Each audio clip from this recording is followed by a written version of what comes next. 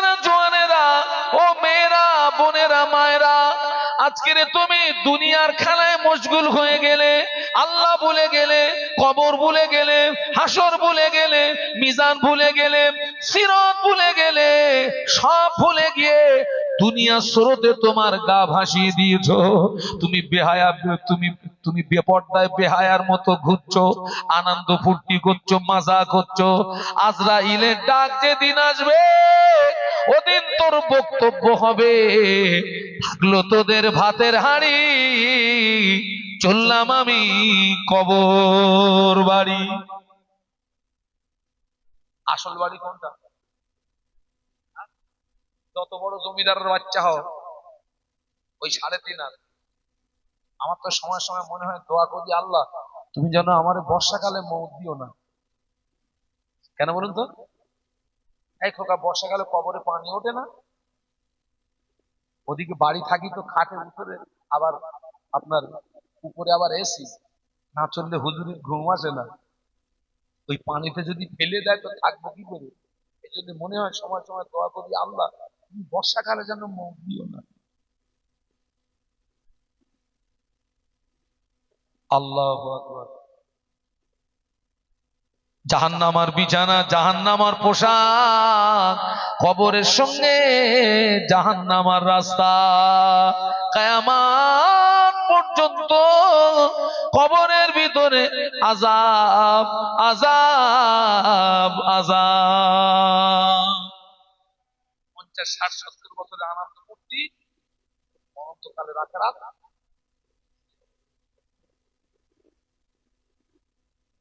জনমের মতো শেষ।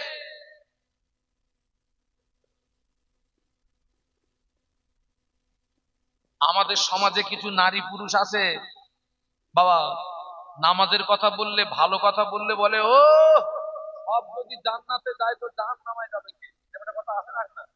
আছে না? আল্লাহ ওদেরকে হেদায়েত দিক, বলুন আল্লাহুম্মা আমিন। আল্লাহ রাসূল আমাদেরকে দোয়া শিখিয়েছেন, আল্লাহুম্মা আজিরনি মিনান নার। একটু বলুন আল্লাহুম্মা আজিরনি মিনান নার, আল্লাহুম্মা আজিরনি মিনান নার, বলুন আল্লাহুম্মা আমিন।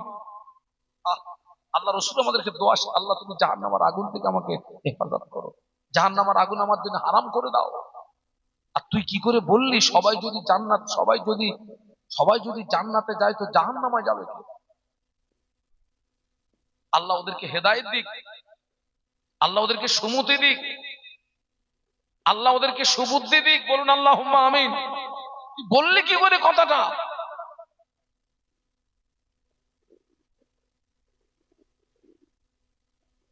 আমাদের আম্মা জান আয়েশা সিদ্দিকা রাদিয়াল্লাহু তাআলা আনহা, আল্লাহ নবী মদিনার মসজিদে নববী শরীফে আল্লাহ নবী নামাজ আদায়, জোহরের নামাজ আদায় করলেন। জোহরের নামাজ আদায় করে আম্মা জান আয়েশা সিদ্দিকা রাদিয়াল্লাহু তাআলা আনহার হুজরাতে তাশরীফ আনলেন।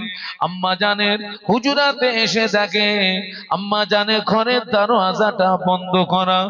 আল্লাহ নবী চুপটি মেরে দাঁড়িয়ে আল্লাহ নবী সালাম দিলেন। একবার সালাম দিলেন, ভিতর থেকে সালামের জবাব আসলো না। দ্বিতীয়বার সালাম দিলেন, ভিতর থেকে সালামের জবাব আসে না। তৃতীয়বার সালাম দিলেন, ভিতর থেকে সালামের জবাব আসে না। আল্লাহ নবী মনে করলেন এটা বিপদের আশঙ্কা, কেন আয়েশা আমার সালামের জবাব দিল না? আল্লাহ নবী ঘরের ভিতরে প্রবেশ করে দেখে আম্মা জান আয়েশা সিদ্দিকা রাদিয়াল্লাহু তাআলা আনহা ঘরের একটা কোণে নামাজের পাটিতে সিজদায় পড়ে, নামাজের পাটিতে সিজদায় পড়ে কচি বাচ্চার মতো রোনাজারি করে, কচি বাচ্চার মতো কান্নাকাটি করে। আল্লাহ নবী চুপটি মেরে দাঁড়িয়ে রইলেন। আল্লাহ নবী কোনো আওয়াজ দেন না, আল্লাহ নবী কোনো কথা বলেন না। কিছু সময় পরে আম্মা জান আয়েশা সিদ্দিকা রাদিয়াল্লাহু তাআলা আনহা সিজদা থেকে মাথা তুললেন। আল্লাহ নবী জিজ্ঞাসা করলেন, ও বিবি আয়েশা তুমি দুপুরের সময় ঘরের দরওয়াজা জানালা বন্ধ করে কাঁদছো কেন? কি হয়েছে তোমার? কিসের জন্য তুমি কাঁদো? আম্মা জান বলেছিলেন, ইয়া রাসূলুল্লাহ, হুজুর আমি আয়েশা আপনার জন্য রান্না করছিলাম। আমি আয়েশা আপনার জন্য রান্না করছিলাম, হঠাৎ রান্না করতে করতে উনানের ভিতর থেকে এক টুকরা আগুন আমি আয়েশার হাতের উপরে পড়ে গেল। এক টুকরা আগুন আমি আয়েশার হাতের উপরে পড়ে গেল। যারা সহ্য করতে পারি না, যন্ত্রণা সহ্য করতে পারি না, ওই সময় জাহান্নামের আগুনের কথা মনে পড়ে গেল। পৃথিবীর আগুনের চেয়ে জাহান্নামের আগুনের ক্ষমতা আরো 70 গুণে বেশি হবে। পৃথিবীর আগুনের চেয়ে জাহান্নামের আগুনের তাপ আরো 70 গুণে বেশি হবে। ইয়া রাসূলুল্লাহ, আল্লাহ কোন কানুন বশত আমি আয়েশাকে যদি জাহান্নামী বানিয়ে দেয়, আমি আয়েশা জাহান্নামের আগুন সহ্য করতে পারবো না।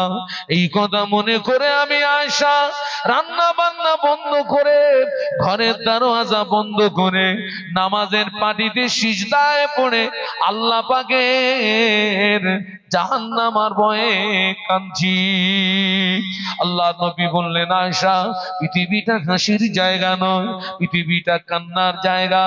ও বিবি আয়েশা সিদ্দিকা রাদিয়াল্লাহু তাআলা আনহা পৃথিবীর জমিনে যত কাঁদবে, যত রোনাজারি করবে, তোমার চোখের পানি যদি আল্লাহ পাকের দরবারে কবুল হয়ে যায়, আল্লাহ পাক তোমার দুফোঁটা চোখের পানির উসিলায় আমার আল্লাহ তোমার জন্য কোটি কোটি কোটি কোটি কোটি কোটি কোটি কোটি বছরের জাহান্নামের আগুন আল্লাহ পাক হারাম করে দেবে।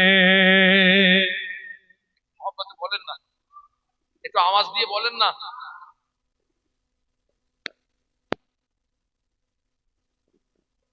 সবাই যদি জান্নাতে যায় তো জাহান্নামে যাবে,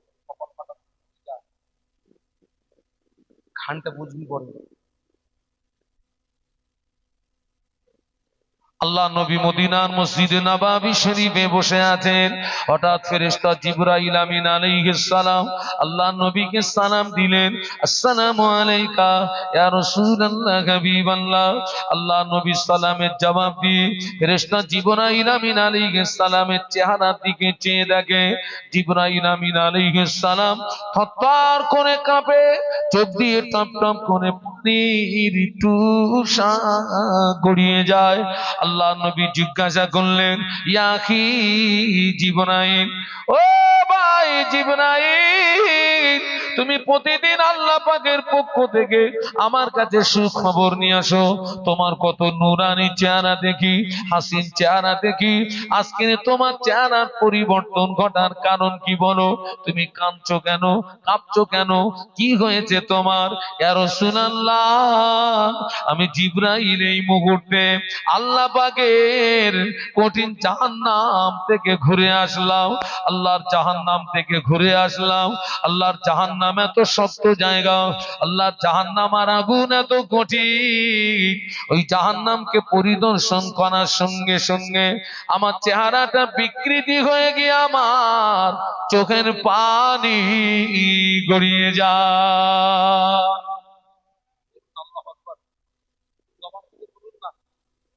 ইয়া রাসূলুল্লাহ, আমি এক্ষুনি জাহান্নাম থেকে ঘুরে আসছি।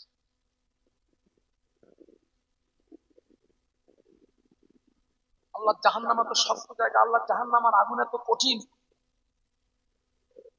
ওই জাহান্নামকে পরিদর্শন করার সঙ্গে সঙ্গে আমার চেহারা বিকৃত হয়ে গিয়ে আমার চোখ দিয়ে পানি গড়িয়ে যাচ্ছে।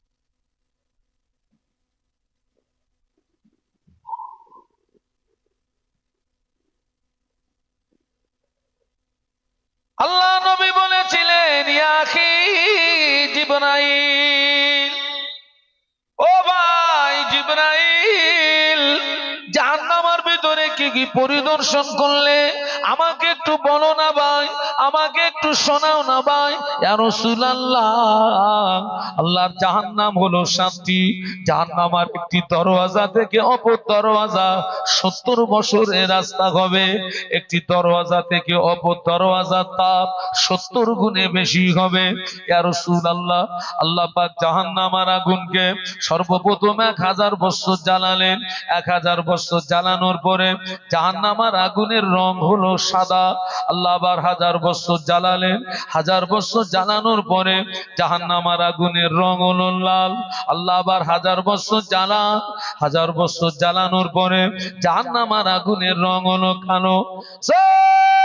জাহান্নামের আগুন এত কালো, যারা জাহান্নামী হবে আঙুলের মতো পাশাপাশি দাঁড়িয়ে থাকবে, কিন্তু না না, জাহান্নামের আগুন এত কালো, আঙুলের মতো পাশাপাশি দাঁড়িয়ে থাকা সত্ত্বেও একে অপরকে দেখতে পাবে না।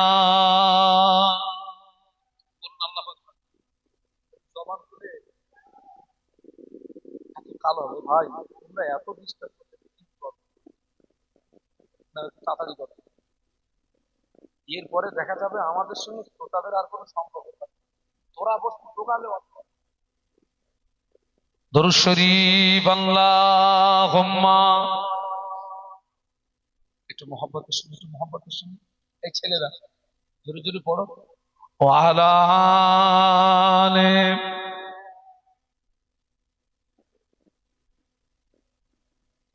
हुब्ब अहमद अजल ही सीने में गए, मैं हूँ मेरा दिल मदीने में गए। अल्लाहुम्मा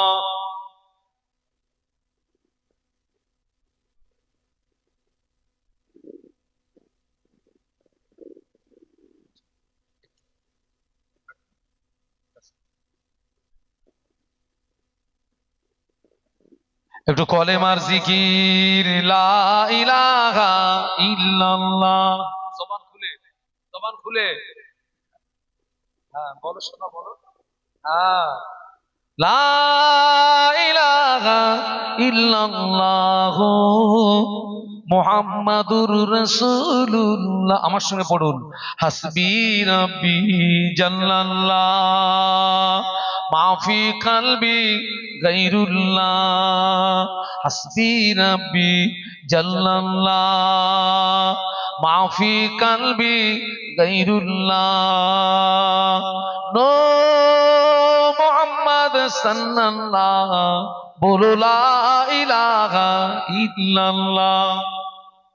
মাশাআল্লাহ মাশাআল্লাহ, লা ইলাহা ইল্লাল্লাহ মুহাম্মাদুর রাসূলুল্লাহ। আল্লাহুম্মা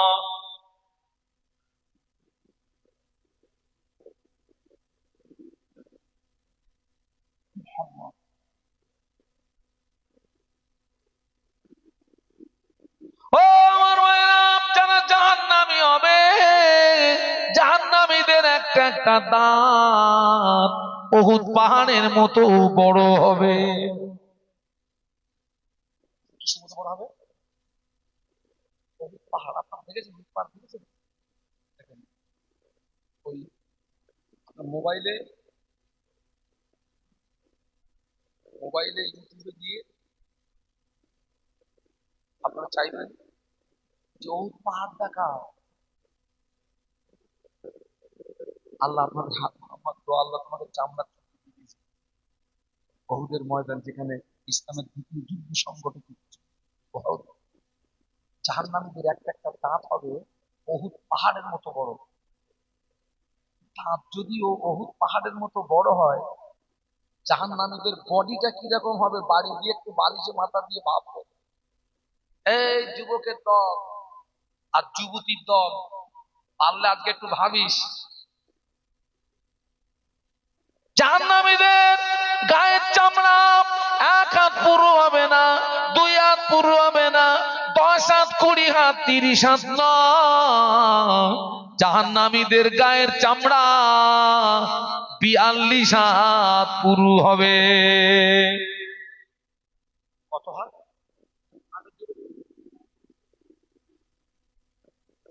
আচ্ছা, চামড়া এত পুরু হবে কেন?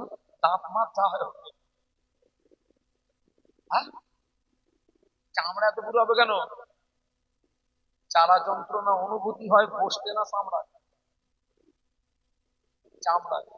যদি কাউকে ডাক্তার কোনোদিন যদি আপনার টিটিনাস দিয়ে থাকে, একটু স্মরণ করুন, যখন চামড়া ভেদ করে তখন লাগে, যখন কোষ্ঠের ভিতরে যায় তখন আর। এক কথায় জ্বালা যন্ত্রণা অনুভূতি হয় চামড়ায়।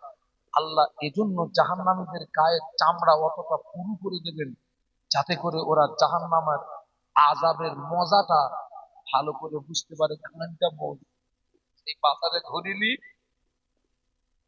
রূপ যৌবন দেখিয়েছিলি, আর যুবক তুই দেখেছিলি, খানটা ভোজ।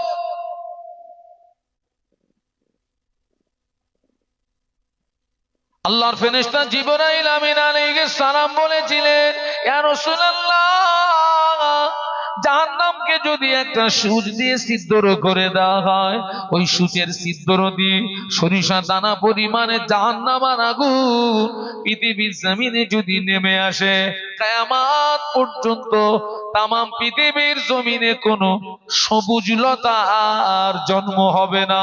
ইয়া রাসূলুল্লাহ, জাহান্নামীদের যে পোশাক হবে, জাহান্নামীদের যে পোশাক হবে, ওই পোশাকটাকে নিয়ে আসমান এবং জমিনে মাঝখানে যদি ঝুলিয়ে দেওয়া হয়, জাহান্নামীদের পোশাকের তাবে তামাম পৃথিবীর মানুষ মারা যাবে।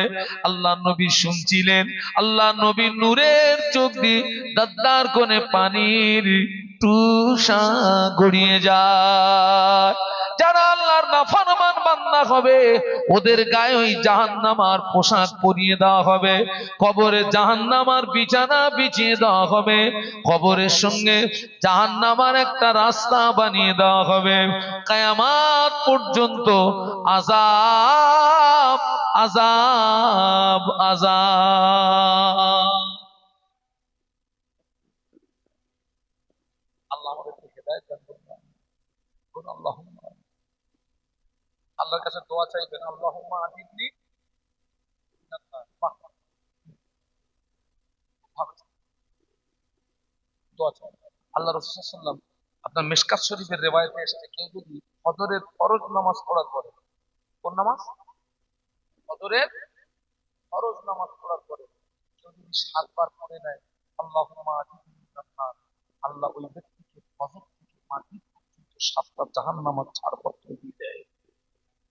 আবার রিওয়ায়াতে এসেছে, কেউ যদি মাগরিবের ফরজ নামাজ পড়ার পরে 7 বার যদি পড়ে নেয়, আল্লাহুম্মা আজিবনি মিনান্নার, মাগরিব থেকে ফজর পর্যন্ত ওই ব্যক্তিকে 7টা জাহান্নামের ছাড়পত্র দিয়ে দেয়।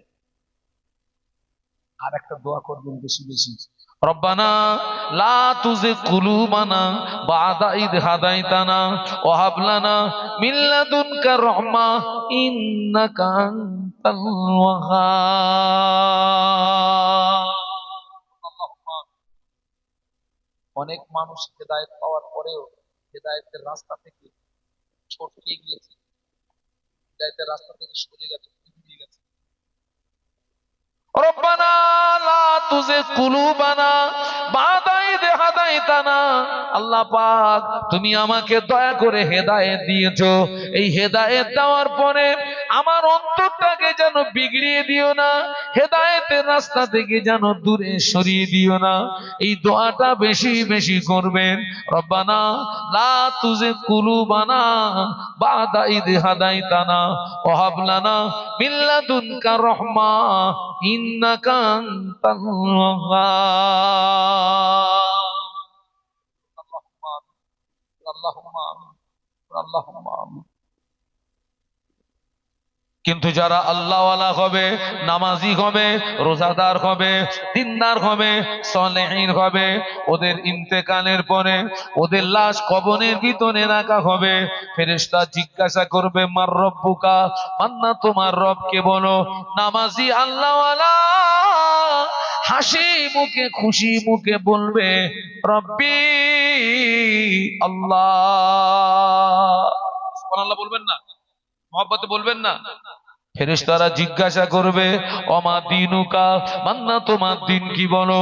নামাজি আল্লাহওয়ালা জাকেরিন বলবে দিনুল আল ইসলাম, আমার ধর্ম হলো ইসলাম। নামাজি ব্যক্তির কবরে আল্লাহর নবীকে দেখানো হবে। ফেরেশতারা জিজ্ঞাসা করবে, মা কুনতা তাকুলু ফি হাজার রাজুল, এ কবরবাসী এই ব্যক্তি সম্পর্কে কি জানো বলো? ও আমার মায়েরা, ওই আল্লাহওয়ালা আল্লাহ নবীর নূরের চেহারার দিকে চেয়ে আল্লাহ নবীকে চিনতে পেরে যাবে। নূরের চেহারার দিকে তাকিয়ে আল্লাহ নবীকে চিনতে পেরে যাবে। আল্লাহওয়ালা আল্লাহ নবীকে চিনতে পেরে গিয়ে মুচকে মুচকে মুচকে মুচকে মুচকে মুচকে হাসতে থাকবে আর বলবে, হাদা নবিয়ুনা মুহাম্মাদুর রাসূলুল্লাহ, ইনি অন্য কেউ নন, ইনি হলেন আমাদের নবী, দিন ও দুনিয়ার বাদশাহ। পারলেন না? আল্লাহ যেন আমাদের এরকম জব দেওয়ার তৌফিক দান করুন, আমিন বলুন আল্লাহুম্মা আমিন। আল্লাহ পাক ওই সময় ঘোষণা দেবে, ও আমার মালাইকারা, আমার বান্দা সত্য বলেছে, আমার বান্দা হক বলেছে, আমার বান্দার গায়ে জান্নাতি পোশাক পরিয়ে দাও, আমার বান্দার কবরে জান্নাতের বিছানা বিছিয়ে দাও, আর আমার বান্দার কবরের সঙ্গে আমার রহমতের দয়ার জান্নাতের একটা রাস্তা বানিয়ে দাও। ও আমার মালাইকারা, আমার বান্দাকে ঘুমাতে বলো, ইলা ইয়াউমিল কিয়ামা, কিয়ামত পর্যন্ত আমার বান্দাকে ঘুমাতে বলো। কেননা আমার বান্দা সারা সারা রাত কোরআন তেলাওয়াত করেছে, আমার বান্দার ঘুম হয় না। আমার বান্দা সারা সারা রাত তাসবিহ তেলাওয়াত করেছে, আমার বান্দার রাতে ঘুম হয় না। ও আমার মালাইকারা, আমার বান্দা সারা সারা রাত তাহাজ্জুদের নামাজ পড়েছে, আমার বান্দার ঘুম হয় না। আমার বান্দাকে কিয়ামত পর্যন্ত কবরের ভিতরে আরামের ঘুম ঘুমাতে বলো। যারা আল্লাহওয়ালা হবে ওদের এক ঘুমে কিয়ামত হয়ে যাবে। যদি বলে আল্লাহওয়ালাদের কবরের জগৎটা হবে বাসর রাতে, বাসর রাত। এই কথা বাসর রাত ছোট না লম্বা?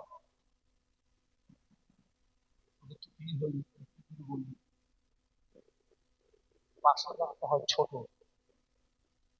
বাসর রাতে যেমন স্বামী তার স্ত্রী আনন্দের সঙ্গে ঘুমায়, এরকম আল্লাহওয়ালাদের কবরের জগৎটা হবে বাসর রাতের মতো, এক ঘুমে কিয়ামত হয়ে যাবে, খবর থাকবে না। একটু জেনে বলুন, একটু মহব্বতে বলুন। আর যারা নাফরমান হবে, আল্লাহ নাফরমান বান্দা, কিয়ামত পর্যন্ত কি হবে মনে নেই? আযাব, আযাব কেউ ঠেকাতে পারবে না। কত হুজুরের দোয়া করবে, কাজ হবে না, কাজ হবে না।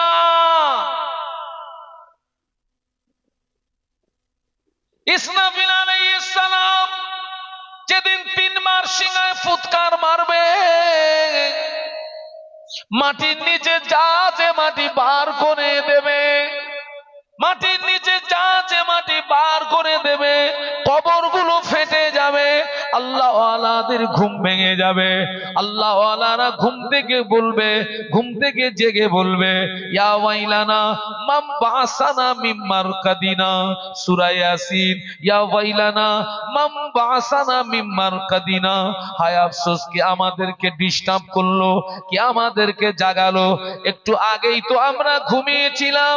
আওয়াজ আসবে, হাদা মা ওয়াদার রহমান ওয়া সাদাকাল মুরসালুন, সূরা ইয়াসিন। এটা আল্লাহ বাবাজি, ওই সময় আওয়াজ আসবে, হাদা মা ওয়াদার রহমান ওয়া সাদাকাল মুরসালুন। আল্লাহ পাক যে ওয়াদা করেছিলেন, নবীরা যে সত্য কথা বলেছিলেন, কিয়ামত অনুষ্ঠিত হচ্ছে। আল্লাহওয়ালাদের এক ঘুমে কিয়ামত হয়ে যাবে। দোয়া করবেন, আল্লাহ আমাকে এক ঘুমে কিয়ামত। দোয়া করবেন? আমাকে এক ঘুমে কিয়ামত করবে, আল্লাহ ওয়ালাদের এক ঘুমে কিয়ামত হবে। সুবহানাল্লাহ। কিয়ামতের ময়দানে আমাদের মাথার উপরে যে সূর্য, ওই সূর্যের 12টি মুখ হবে, আরো 11টা বেশি হবে সূর্যের তাপে। জমিনটা পুড়ে লাল তামা হয়ে যাবে। হাসরবাসীর মাথার গিনু টকবক টকবক টকবক টকবক টকবক টকবক টকবক করে পড়তে থাকবে। কারণ নাক দিয়ে, কারো কান দিয়ে, কারো চোখ দিয়ে মাথা ঘিনুগুলো বজবজ বজবজ বজবজ বজবজ বজবজ করে বেরোতে থাকবে। হাসরবাসীদের জিভটা বেরিয়ে নাভি স্থল পর্যন্ত চলে আসবে। হাসরবাসীদের জিভটা বেরিয়ে নাভি স্থল পর্যন্ত চলে আসবে। তামাম হাসর জুড়ে একটি আওয়াজ শুনতে পাওয়া যাবে, পানি পানি পানি পানি। ওই বিভীষিকাময় অবস্থায় আল্লাহ পাকের পক্ষ থেকে একটা আওয়াজ আসবে, অমতাজুল ইয়াউমা আইয়ুহাল মুজরিমুন, অমতাজুল ইয়াউমা আইয়ুহাল মুজরিমুন।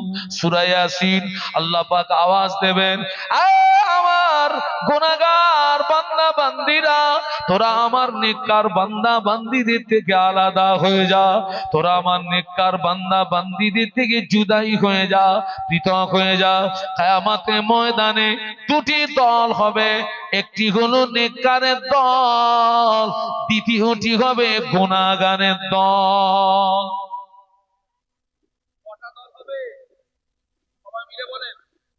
কিয়ামতের ময়দানে দুটো দল, একটা নেককার আর একটা গুনাহগার।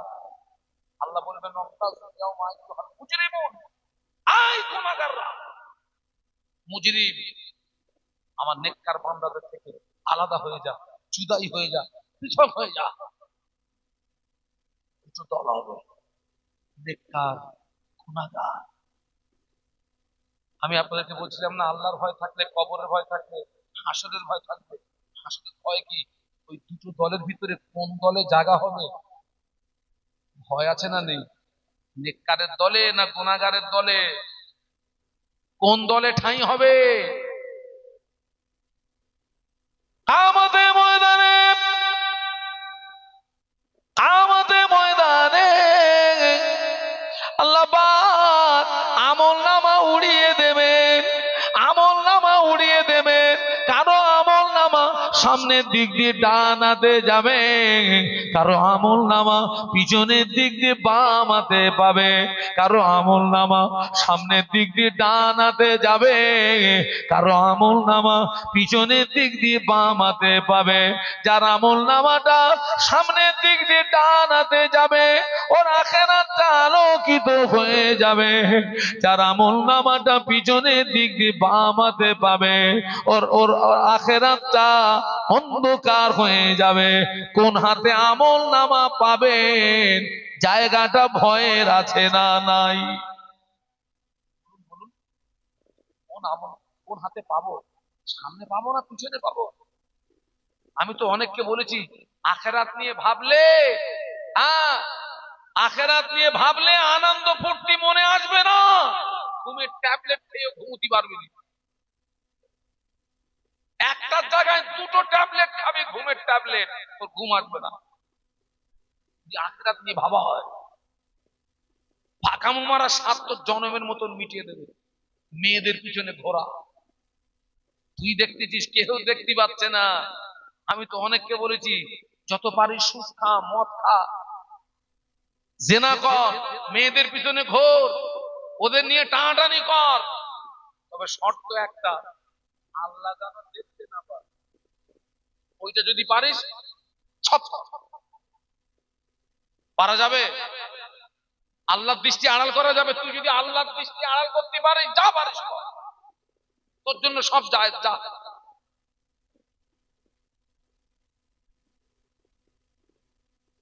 আমাদের ময়দানে আল্লাহ পাক ইনসাফের পাল্লা খাড়া করবে, পাপ নেকিকে ওজন করবে।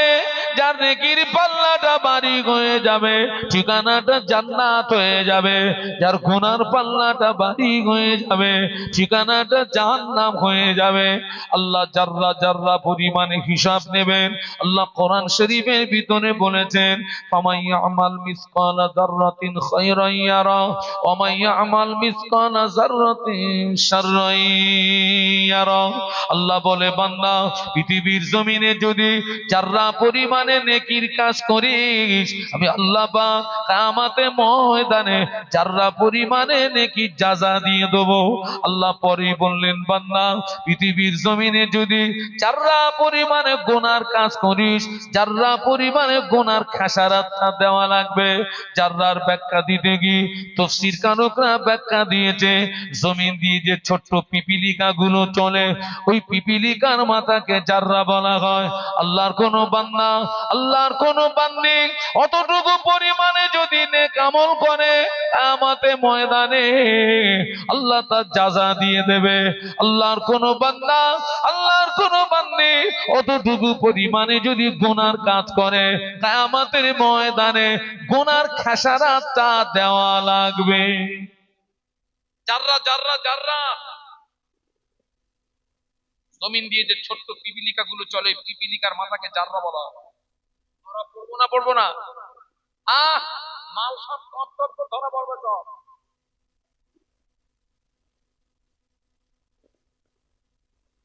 আমার কিন্তু ভাষা খারাপ। কিয়ামতের ময়দানে আল্লাহ পাক পুলসুরাতকে খাড়া করবে। পুলসুরাতটা হলো 1500 বছরের রাস্তা। বলুন আল্লাহু আকবার, জবান খুলে বলুন।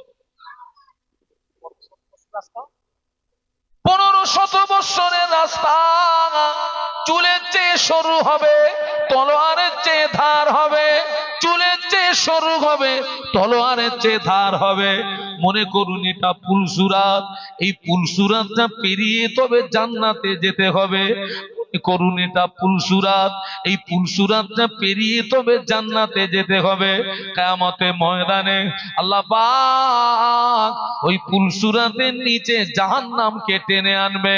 কেউ যদি স্লিপি হয়ে যায়, জাহান্নামায় পড়ে যাবে। ভয় আছে না নেই? এই খোকা, পুলসুরাত পার হতে পারবি তো? এই চুলের চেয়েও সরু আছে, তলোয়ারের চেয়েও ধার আছে। 1500 বছরের রাস্তা পেরিয়ে তবে জান্নাত। স্লিপ করলে নিচে কি? নিচে কি? জাহান্নাম। আমি ওই জন্য অনেককে বলেছি, পারলে একটু জমির আলে হাঁটবেন। জমির আল আছে না, আল, একটু আলে হাঁটবেন, দেখবেন কোন টাল টাল মারতেছে কিনা। যদি টাল টাল না মারে, তাহলে মনে মনে একটা আন্দাজ করতে পারবেন, মনে হয় আল্লাহ চাইলে পুলসুরাত পেরিয়ে যাব। কারণ এখন তো অধিকাংশ জায়গায় আল কেটে কেটে পুরো পুলসুরাত বানিয়ে ফেলেছে। চাচা, যত জমি সব আলির গোড়ায়। কোথায়? পুরো পুলসুরাত বানিয়ে ফেলেছে।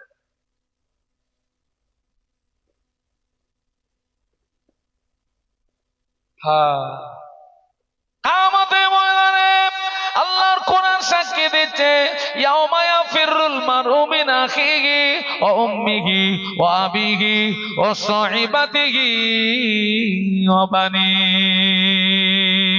ইয়াউমা ইয়াফিরুল মারউ মিন আখিহি ওয়া উম্মিহি ওয়া আবিহি ওয়া সাহিবাতিহি ওয়া বানিহি। বলুন আল্লাহু আকবার। আচ্ছা, চট করে একটা কথা জিজ্ঞাসা করি। এই যে আপনারা এখানে বসে ওয়াজ শুনছেন, আপনারা বলুন তো, এটা কি ইবাদত? ফরজ, ওয়াজিব, সুন্নত না নফল? এই যে আপনারা বসে বসে আমার আমার ওয়াজ শুনছেন, বা আরো হুজুরদের ওয়াজ শুনবেন, এই ইবাদতটা ফরজ ইবাদত না সুন্নত ইবাদত না ওয়াজিব ইবাদত না নফল ইবাদত?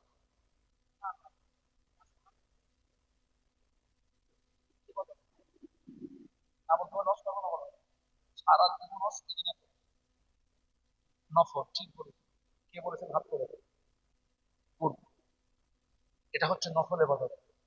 সারা রাত জেগে শুনবেন, এটা মুখস্থ করুন, মুখস্থ করুন। নফল ইবাদত। এশার নামাজটা কি ছিল? ফরজ। আজকের এখানে মাহফিল হচ্ছে মানে আশেপাশে যত বাড়ি সব আপনার আত্মীয় স্বজন এসেছে, কুটুম্ব এসেছে, হ্যাঁ, মেয়েরা সব রান্না করতেছে, রান্না করতেছে, খাওয়াচ্ছে, এই পর্যন্ত খাচ্ছে। হ্যাঁ, আচ্ছা ঠিক আছে, খাওয়া। কারণ যদি বাড়ি আত্মীয় স্বজন মেহমান আসে, যদি না খাওয়ায়, ওরাই আবার বাড়ি গিয়ে বল, মানুষের বাচ্চাও ওর বাড়ি গালাম পেতে কিছু জুটলো না। আচ্ছা ঠিক আছে, খাওয়া, অসুবিধা নেই মা, খাওয়ান খাওয়ান, রান্না বান্না করে এই পর্যন্ত খাওয়ান। মা এসছে, আব্বা এসছে, মা এসছে, বোন এসছে, ভাবি এসছে, চোদ্দ বোন এসছে, খাওয়ান, অসুবিধা নেই। কিন্তু খবর দেখেন কি জানতো, অধিকাংশ মায়েরা এসার নামাজ পড়বে। এখন কেয়ামতের ময়দানে যদি ওই মহিলার একটা নেকি শর্ট করে যার খাইয়েছিল, ওরা যদি ধরি বলে একটা নেকি দে, সেই করে খাট দিলেন, দরকার দিলে, এই বলে মনে হয়, হ্যাঁ, কেন কেন না কেন, এই পর্যন্ত খাওয়ালাম তো, উলন টান টানলেই দেবে না। ওই জন্য বলছি, মারে আত্মীয় স্বজনকে মেহমানদারি করেন, সেটা আপনার আখেরাতকে নষ্ট করে না, ঈশান নামাজটা পড়ে লাগে। ঠিক বলছেন? আর যারা নামাজ বাদ দিয়ে ওয়াজ শোনে, আমি ওদের উদাহরণ এইরকম নেই। একজনের 1 টাকা হারিয়ে গেছে, 1 টাকা হারিয়ে গেছে, কত? ও 5 টাকার মোমবাতি কিনে খুঁজতেছে। এই মোমবাতির দাম কত? 5 টাকা। লাভ না লস? তুই হচ্ছে ঘুমো গেছা, ঘুমো। তোর হারিয়ে গেছে 1 টাকা, তুই 5 টাকার মোমবাতি কিনে খুঁজতেছিস। এটা নফল। এশার নামাজটা ফরজ, মাগরিবের নামাজটা ফরজ নামাজ, ফজরের নামাজ কার হুকুম? আল্লাহ। নফল ইবাদত না করলে আল্লাহ জাহান্নামায় দিবেন, ফরজ ছেড়ে দিলে। আচ্ছা, আমি কি আপনাদেরকে উপকার করছি না ক্ষতি করছি? বলুন বলুন বলুন। উপকার করলে তো আবার অনেক কিছু পাও না। আহারে, আল্লাহ আমাদেরকে হেদায়েত দান, বলুন আল্লাহুম্মা আমিন। বলুন আল্লাহুম্মা আমিন। একটু ভাবুন, একটু চিন্তা করুন, একটু ভাবুন, একটু চিন্তা করুন। হ্যাঁ? ও আল্লাহ। আচ্ছা আচ্ছা আচ্ছা, যাক বাবা, আল্লাহ আমাদের সবাইকে খাতমা দিন, তার নসিব করুন, আল্লাহুম্মা আমিন। হ্যাঁ, আমি একটু এখান থেকে আপনার অনেক দূরে যাবো, অনেক দূরে যাবো। যে আমি 10:30 ছেড়ে দেবো বলছিলাম, কিন্তু আমি কখন এই পর্যন্ত এসে গেছি, আমি তো ঘড়ি দেখিনি বাবা। তো 11টা 6 আমি এই পর্যন্ত রাখছি। আমার জন্য দোয়া করবেন। আমি করে বলেছি, আল্লাহ যেন তার চেয়ে আমাকে বেশি আমল করার তৌফিক দেন, বলুন আমি। তবে আপনাদেরকে বলে যাবো, 5 ওয়াক্ত নামাজ পড়বেন। এখনো অনেকে আপনার নামাজ সংক্রান্ত মাসলা মাদায়, মাসায়েল, উযু সংক্রান্ত মাসলা মাসায়েল অনেকে জানে না, জানে না, জানে না, জানে না। গোসল জানে না, উযু জানে না, মায়েদের বোনেদের কিছু গোপন মাসলা মাসায়েল জানে না। আমি সেই জন্য জলসায় জলসায় আমি একটা কেতাব বিক্রি করি। আমার আমার মুজাদ্দেদে জামানের প্রধানতম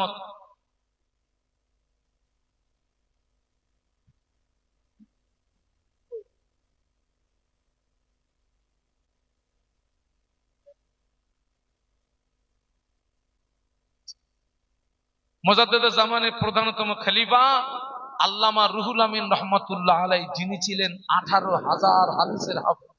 এটা সুবহানাল্লাহ বলুন। হুজুর আল্লামা বলে গেছিলেন, আমার কেতাব যার ঘরে থাকবে, আমি রুহুল আমিন তার ঘরে রয়ে গেলাম। একটু বলুন সুবহানাল্লাহ।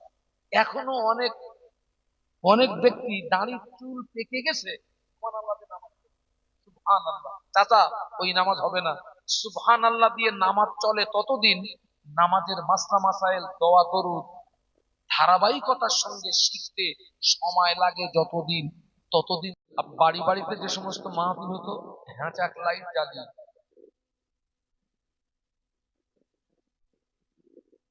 হারকেন জ্বালিয়ে মাহফিল, আর হ্যাঁচাক লাইটের মাহফিলের গুরুত্ব ছিল আলাদা।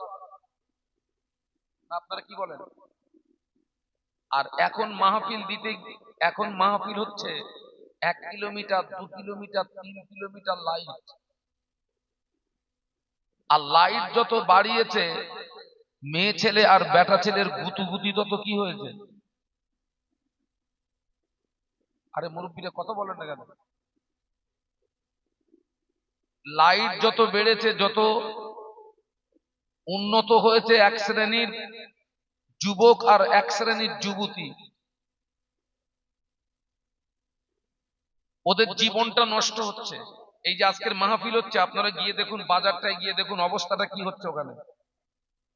এত সুন্দর একটা পরিবেশ, এখানে লোক নেই। আর আপনারা বাজারটায় গিয়ে যান, আপনারা গিয়ে দেখুন, আমরা তো সমাজে ঘোরা মানুষ, ওই জায়গাটায় জেনা হচ্ছে। জেনা জেনা কিন্তু এক প্রকার না, হাতের জেনা আছে, চোখের জেনা আছে, কানের জেনা আছে, পায়ের জেনা আছে। আর আপনারা যদি আমার কথা বিশ্বাস না করেন, ওই বাজার থেকে যদি টোটাল মহিলাগুলোকে সরিয়ে দিতে পারেন, ওখানে আপনি আর কোনো যুবককে পাবেন না। কারণ মাল নেই তো, ওখানে থাকবে কেন? ওরা যে জন্য থাকবে, যা দেখবে সে তো ওখানে নেই। তবে আমি এতটুকু কথা বলবো, কোন মুসলমানের দ্বারাই যদি মাহফিলের ক্ষতি সাধন হয়, তোমার জন্য জাহান্নামার আগুন অপেক্ষা করছে।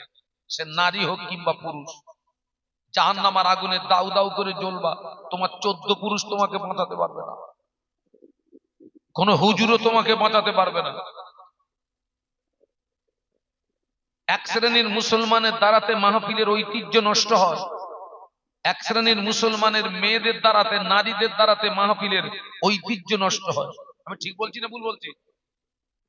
এখন মাহফিল মানে কুটুম্বিতে, 14 গোষ্ঠীর কুটুম দাওয়াত করো। কত গোষ্ঠী বললাম? 14 গোষ্ঠীর কুটুম দাওয়াত কর। শালি এসেছে, শালি নিয়ে ঘুরবে না হুজুর থাকাবে? তোরা যদি শালিরি নিয়ে ঘুরবি তো আমাদের এনেছিস কেন? শালি নিয়ে ঘোর, ভাবি নিয়ে ঘোর। আল্লাহ ওদেরকে হেদায়েত দিক, বলুন আল্লাহুম্মা আমিন।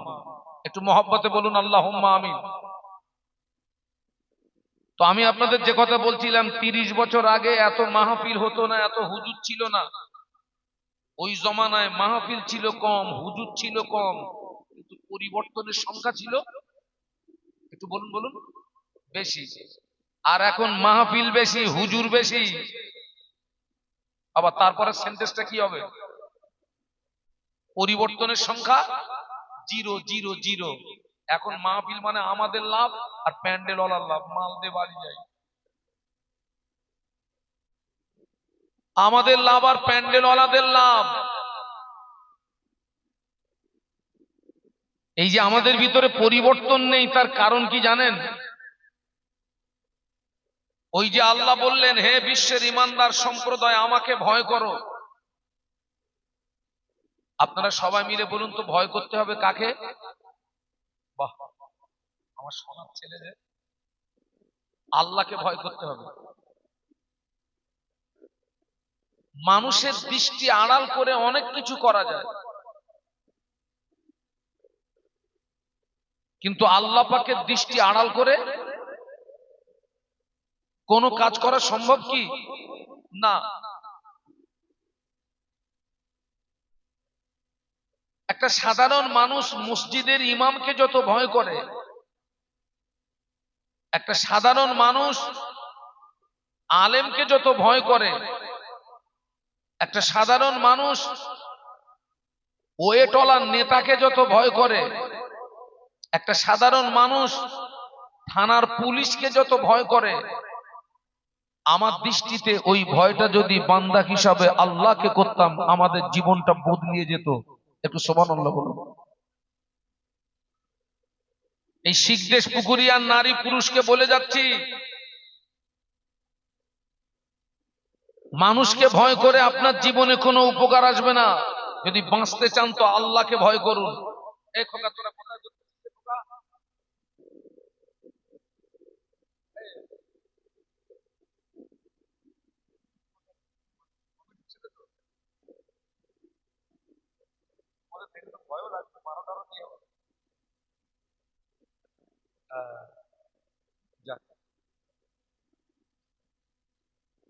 আমি কি কথা বলছিলাম?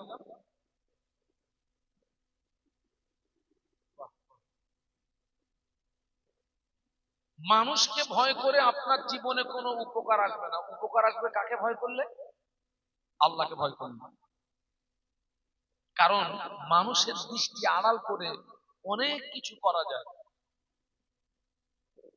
আল্লাহ পাকের দৃষ্টি আড়াল করে বান্দার জীবনের একটা কাজও করা সম্ভব নয়। কারণ আমাবস্যার বিদঘুটে অন্ধকার রাতে জমিন দিয়ে যে ছোট্ট পিপিলিকা গুলো চলে, ওই পিপিলিকার পায়ের আওয়াজ আমার আল্লাহ শুনতে পায়। একটু সুবহানাল্লাহ বলুন। আটলান্টিক মহাসাগরের নিচে যে ক্ষুদ্র ক্ষুদ্র প্রাণীগুলো চলে, যে ক্ষুদ্র প্রাণীগুলোকে আপনি আপনার স্বাভাবিকভাবে দৃষ্টির আওতায় আনতে পারবেন না কোনো যন্ত্রের সাহায্য ছাড়া, ওই ক্ষুদ্র ক্ষুদ্র প্রাণীগুলো যখন ক্ষুধার জ্বালায় চিৎকার মারে, ওই আওয়াজ আমার আল্লাহ আরশে আজিম থেকে শুনতে পায়। একটু জোরে বলুন। আজকে সে আল্লাহর ভয়, এক শ্রেণীর নারী পুরুষের ভিতর থেকে আল্লাহর ভয়টা উঠে গেছে, আর এক শ্রেণীর নারী পুরুষের ভিতরে আল্লাহর ভয় আছে, কিন্তু সেই ভয়ের পাওয়ার কমে গেছে। আমার দিকে তাকান। এক শ্রেণীর মুসলমান নারী পুরুষের ভিতর থেকে টোটাল আল্লাহর ভয় আউট, আর এক শ্রেণীর মুসলমানের ভিতরে নারী পুরুষ আল্লাহর ভয় আছে, কিন্তু আল্লাহর ভয়ের পাওয়ার পাওয়ার কমে গেছে। আল্লাহকে ভয় করলে লাভ কি?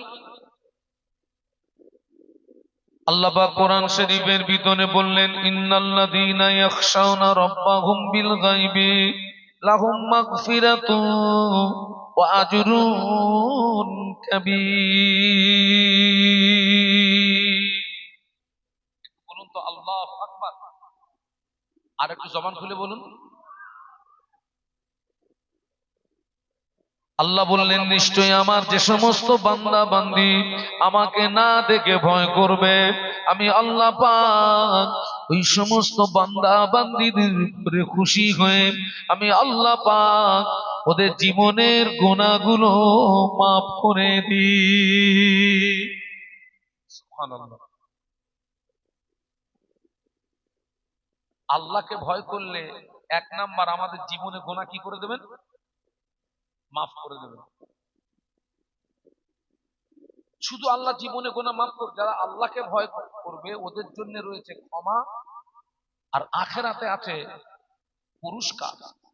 আল্লাহ ওদেরকে আল্লাহ পুরস্কৃত করবেন। একটু বলুন সুবহানাল্লাহ।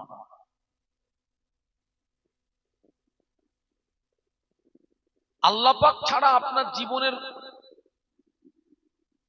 আল্লাহ পাক ব্যতীত আপনার আমার জীবনের গুনাহ, একটা গুনাহ কেউ মাফ করতে পারবে না।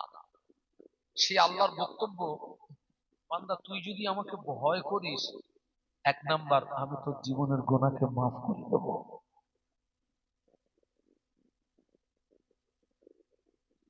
এই আল্লাহর ভয় যখন আমাদের ভিতরে আসবে, আরো কিছু ভয় তখন আমাদের ভিতরে আসবে, যেমন কবরের ভয়, হাসরের ভয়, মিজানের ভয়, সিরতের ভয়। এই কবর, হাসর, মিজান, সিরত প্রত্যেকটা জায়গা হচ্ছে ভয়ের জায়গা। আল্লাহর ভয় থাকলে কবরের ভয় আসবে, আল্লাহর ভয় থাকলে হাসরের ভয় আসবে, আল্লাহর ভয় থাকলে মিজানের ভয় আসবে, আল্লাহর ভয় থাকলে সিরতের ভয় আসবে।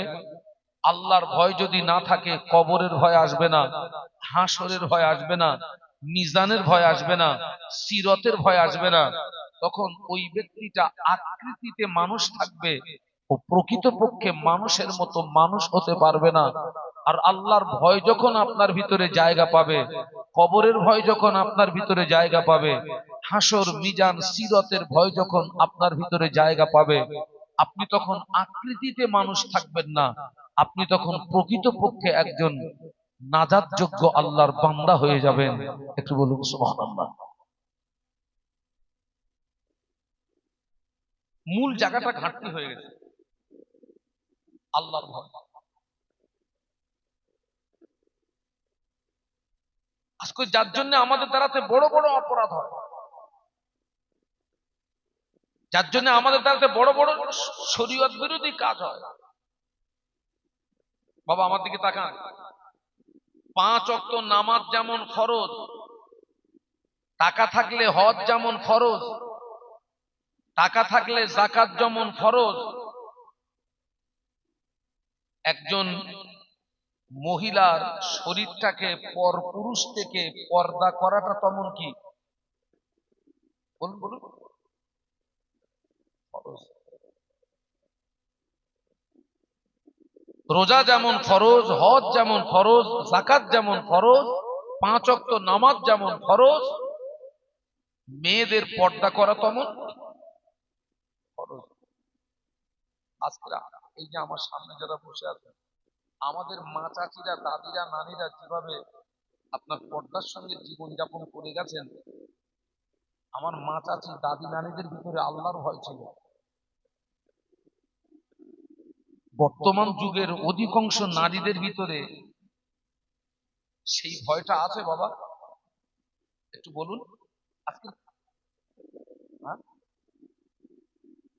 আজকে সমাজটা কি সর্বনাশ হচ্ছে, আমার চিন্তা হয় ওদের ভিতরে এরা কি আল্লাহকে ভয় করে না?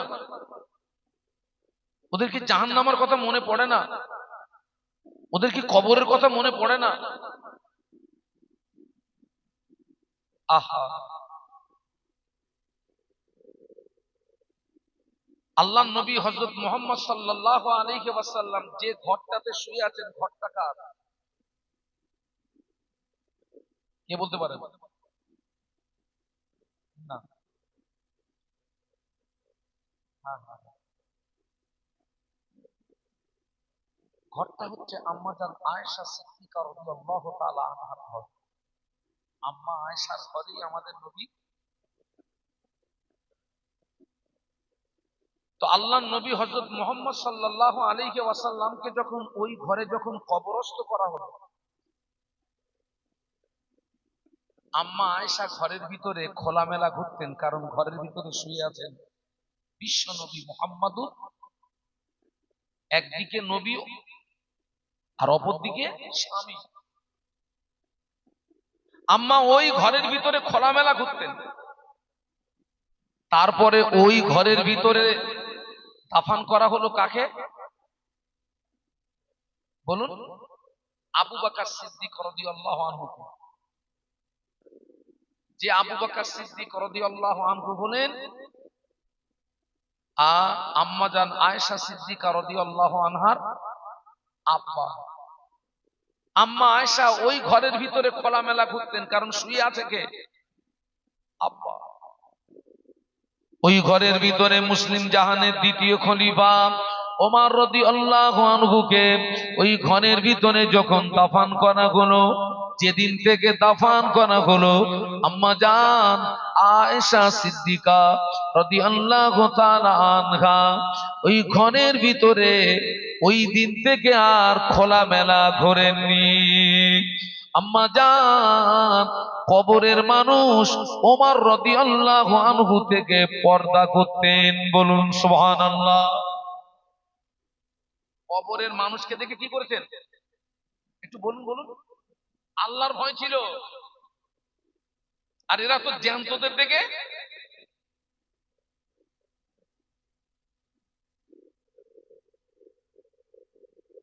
আল্লাহ নবী সাহাবীদের নিয়ে বসে আছেন, হঠাৎ একজন আল্লাহ নবী আমাদের আম্মা জানদের নিয়ে বসে আছেন, আল্লাহর নবী আমাদের আম্মা জানদের নিয়ে বসে আছেন।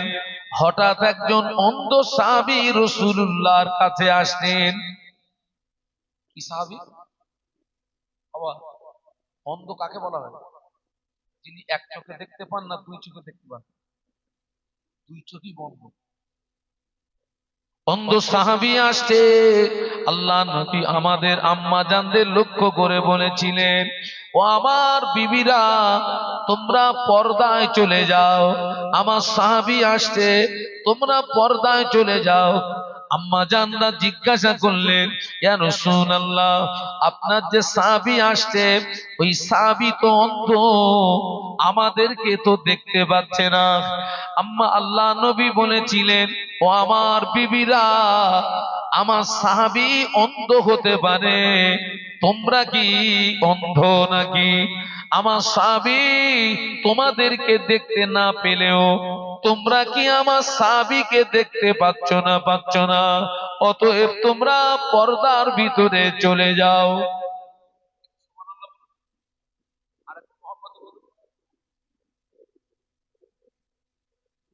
অন্ধ সাহাবী আসতে রাসূল তানার স্ত্রীদেরকে বললেন, তোমরা পর্দায় চলে যাও। আম্মাজানদের ভিতরে প্রশ্ন করা হলো, হুজুর আপনার যে সাহাবী আসছে তিনি তো অন্ধ, আমাদের দেখতে পাচ্ছেন না, আমরা পর্দায় যাব কেন? আল্লাহ রসুল বললেন, আমার সাহাবী অন্ধ হতে পারে, তোমরা তো অন্ধ নও। আমার সাহাবী তোমাদেরকে না দেখতে পেলেও তোমরা তো আমার সাহাবীকে বলুন দেখতে পাচ্ছ। আজকের সেই সেই আপনার সমাজ, সেই নিয়ম, সেই রীতি আর আছে?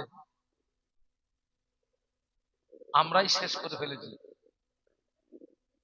এর জন্য আমরা দায়ী, এর জন্য আমরা দায়ী। আহা, ও আমার বাবাজিরা, ভাইরা, শুনে রেখে দিন, আল্লাহ নবী মেরাজে গেলেন। আল্লাহ নবী মেরাজে গেলেন মেরাজের রাতে। আল্লাহর নবী জান্নাত পরিদর্শন করেছিলেন।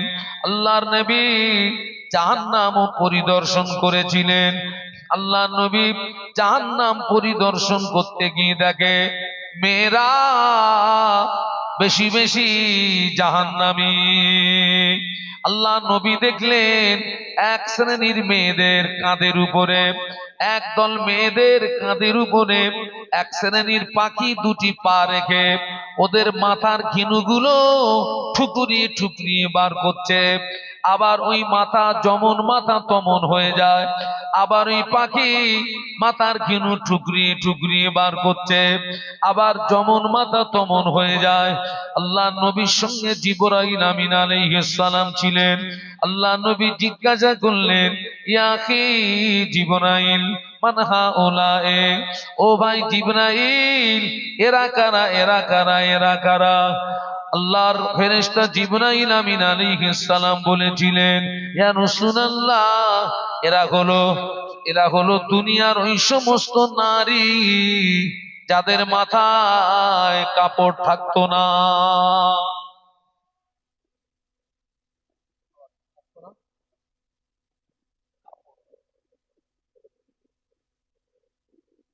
আপনারা আপনারা একটু সাক্ষী দেবেন, আগের দিনে আমাদের দাদিরা নানিরা রাস্তা দিয়ে গেলে কোন পরপুরুষ আসলে দাদিরা নানিরা কি করতেন? একদম সাইডে দাঁড়িয়ে ঘোমটা যত টানা যায় টেনে অন্যদিকে ফিরে দাঁড়িয়ে থাকতেন, ওই পুরুষ পার হলে তারপরে। এটা কি সত্য কথা না মিথ্যা কথা? আর এখন তো মেয়েদের দিকে আমাদের ঘোমটা দিলে ভালো হয় নাকি? এখন ওদের দেখে আমাদের ঘোমটা দিয়ে সাইড দিলে ভালো হয়। আহারে, আমি মায়েদেরকে বলবো, বোনেদেরকে বলবো, আল্লাহকে ভয় করো, কবরের কথা মনে করো, হাসরকে স্মরণ করো, মিজানকে স্মরণ করো, সিরতকে স্মরণ করো। আর মনে রেখো, একজন মহিলা অপর মহিলার তিনটি স্থান দেখতে পারে। একজন মহিলা অপর মহিলার তিনটি স্থান দেখতে পারে। মুখের এই অংশটা দেখতে পারে, হাতের এই অংশটা দেখতে পারে, পায়ের কাঁধের নিচের অংশটা দেখতে পারে। একজন মহিলা অপর মহিলা এই তিনটে অংশ ছাড়া শরীরের চতুর্থ নাম্বার কোন জায়গা যদি দেখে ফেলে, ওই জায়গাটা জাহান্নামার আগুনে পোড়ানো হবে। একজন মহিলা অপর মহিলার মাথাটা যদি দেখে ফেলে, ওটা জাহান্নামার আগুনে পোড়ানো হবে। একজন মহিলা অপর মহিলা পিঠের কোনো অংশ যদি দেখতে পায়, ওটা জাহান্নামার আগুনে পোড়ানো হবে। একজন মহিলা অপর মহিলার উরুতের কোনো অংশ যদি দেখতে পায়, ওটা জাহান্নামার আগুনে পোড়ানো হবে। একজন মহিলা অপর মহিলা বুকের কোনো অংশ যদি দেখতে পায়, ওটা জাহান্নামার আগুনে পোড়ানো হবে। আমাদের ঘরের অধিকাংশ মেয়েরা যেভাবে খোলামেলা ঘরে বাবা, ওদের কোন স্থান জান্নাতে যাবে বলুন? আমার কথা বুঝতে পারছেন না বাচ্চারা? একজন মহিলা অপর মহিলার কটা স্থান দেখতে পারে? তিনটে। মুখ, হাত আর পায়ের ওই যে অংশটা দেখিয়েছি, হাতের এই অংশ, পায়ের গাঁটের নিচের অংশ আর মুখের এই অংশ, একজন মহিলা অপর মহিলার এই তিনটে স্থান দেখতে পারে। একজন মহিলা অপর মহিলার এই তিনটে স্থান ছাড়া চতুর্থ কোন স্থান যদি দেখতে পায়, ওটা জাহান্নামার আগুনে পোড়ানো হবে। পাকামু মারা স্বাদ মিটিয়ে দেবে তোমার।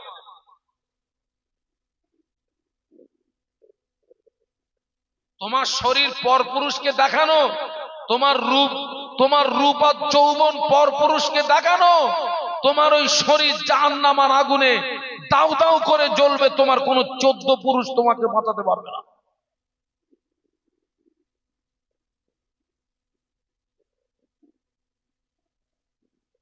তবে শুনে রেখে দেন, একজন মহিলা যদি জাহান্নামায় যায়, ওই মহিলার সঙ্গে আরো 4টে পুরুষ জাহান্নামায় যাবে। ও এত সিরিয়াস জিনিস। একজন মহিলা যদি জাহান্নামায় যায়, ওই মহিলার সঙ্গে আরো 4টে পুরুষ জাহান্নামায় যাবে। ওর বাপ জাহান্নামায় যাবে, ওর বড় ভাই জাহান্নামায় যাবে, ওর স্বামী জাহান্নামায় যাবে, ওর বড় বড় ছেলে জাহান্নামায় যাবে। একটা পুরুষের সঙ্গে কটা, একটা নারীর সঙ্গে কটা পুরুষ? বলুন বলুন। প্রশ্ন আসতে পারে, হুজুর অন্যায় করতেছে ও, এরা 4টে মার খাবে কেন? প্রশ্ন আসে না আসে না? অন্যায় করছে তো ওই মহিলা, এই 4টে পুরুষ মার খাবে কেন? আমি তার ব্যাখ্যা দিচ্ছি। বাবা, 22 সরালে উজু থাকে না? তো আমরা যখন উজু করি তখন কি কি ধুই? হাত পা চোখ মুখ ধুই। কেন আপনি ওদেরকে ধুলেন কেন? আপনার তো হাওয়া বেরিয়েছে তো পিছনে দরজা দিয়ে।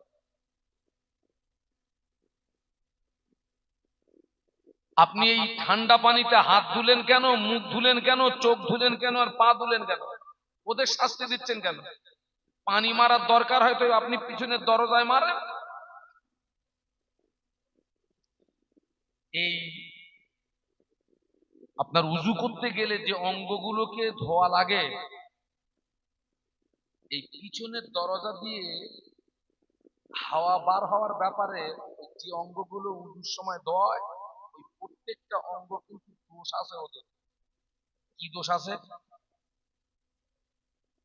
আমি ট্রেনের ভিতরে বসে আছি, আমি ট্রেনের ভিতরে বসে আছি, পেটে খিদে চোখে ঘুম, ট্রেনের ভিতরে বসে আছি, পেটে খিদে চোখে ঘুম, হঠাৎ আওয়াজ আসলো চাই বাদাম। কি আওয়াজ আসলো? চাই বাদাম। এই বাদাম শব্দটা আমি তো কান দিয়ে শুনেছি, কান দিয়ে শুনেছি, চোখ দিয়ে দেখেছি, জবান দিয়ে ডেকেছি, পা দিয়ে এগিয়ে গিয়েছি, হাত দিয়ে নিয়েছি। এরা যদি সহযোগিতা না করত, মাল ভিতরে যেত না, পিছনের দরজা দিয়ে হাওয়া বেরোতো না। আমার কথা কিছু বোঝা গেছে নাকি? পিছনের দরজা দিয়ে হাওয়া বার হওয়ার ব্যাপারে হাতের দোষ আছে, চোখের দোষ আছে, মুখের দোষ আছে। পারো এরা যদি সহযোগিতা না করতো বাদাম ভিতরে যেত না। একজন মহিলার জীবনের রাখাল হলো চারটে পুরুষ। কটা? এক নাম্বার রাখাল হলো ওর বাপ, দুই নাম্বার রাখাল হলো ওর বড় ভাই, তিন নাম্বার রাখাল হলো ওর স্বামী, চতুর্থ নাম্বার রাখাল হলো ওর বড় ছেলে। এই চারটে রাখাল যদি যথাযথ দায়িত্ব পালন করতেন, ওরা বাজারে বেহায়ার মতো ঘুরতো না, ওরা রাস্তায় বেহায়ার মতো ঘুরতো না। এরা দায়িত্ব পালন করেনি বলে ও অন্যায় করে যতটা অপরাধী, এরা দায়িত্ব পালন না করার কারণে এরাও সমান অপরাধের অপরাধী। অতএব ওই মহিলার ঠিকানা হবে যেখানে, ওই চারটে পুরুষের ঠিকানাও হবে সেখানে।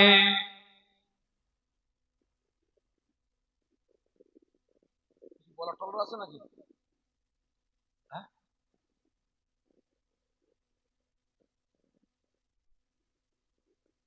আজকের যে সমস্ত নারীগুলো রাস্তায় বেহায়া,